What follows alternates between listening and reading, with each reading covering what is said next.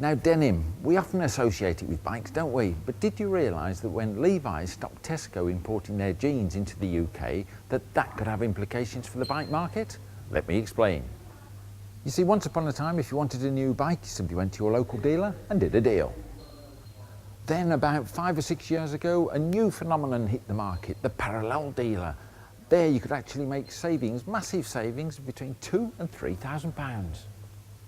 So has this jeans ruling actually made a difference? Well, we're at DK, which is Britain's biggest parallel importer, and I'm going to ask Paul Ingram, their buyer, just that very question. Paul, are you still able to source bikes? Yes, I mean the ruling has made little difference to us, to be honest. We were outsourcing motorcycles from Europe before, and we're still doing the same thing now. So where do you actually get the bikes from? The majority of European countries. I mean, we're sort of part of the EC, and we sort of use that bridge to enable supply. Now, one thing that brings to mind is different European standards. What do you do about those? I think we have to look at the way the motorcycles actually leave the factory in Japan and realise that there's very little difference whether a bike's destined for the German market, the Dutch market, or the UK market. And any differences that there are with any motorcycle that comes into us, we ensure that it's going out exactly as a UK specification bike should be. Now, what about price differentials? Now the marketplace is far more competitive. Are Parallels still the bargain they wear? I think undoubtedly. I think it's always going to be and always has been a supply and demand issue. And there are definitely certain motorcycles that come through to us that enable us to be more competitive and more leading with our prices than others. Now, what do you do about a manufacturer's warranty? Does it apply to a Parallel bike?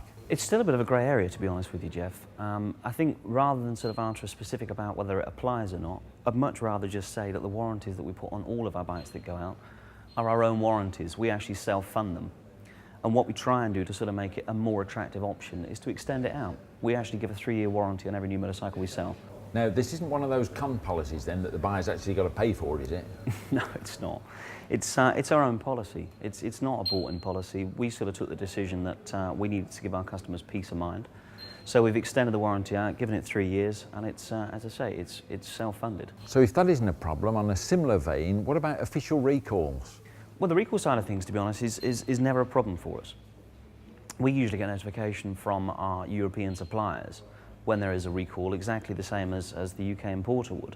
So when we're kept up to speed, we obviously just then notify our customers and ensure all recall work is carried out.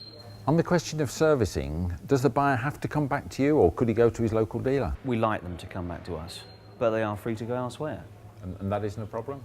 No, it's certainly not a problem for us. And if any dealers that are out there are still worried about the servicing of Parallel product, they shouldn't be. At the end of the day, it's a viable way of earning money. Finally, I've got to ask you about resale values. Does the buyer really win in the end? I think when you look at the initial savings they make, Jeff, and then look at the resale value when they come to sell it, yes, they are. They are going to win. Well, thanks for that, Paul. So there we have it. The Parallel importers are still here. I guess you just pays your money and you take your choice.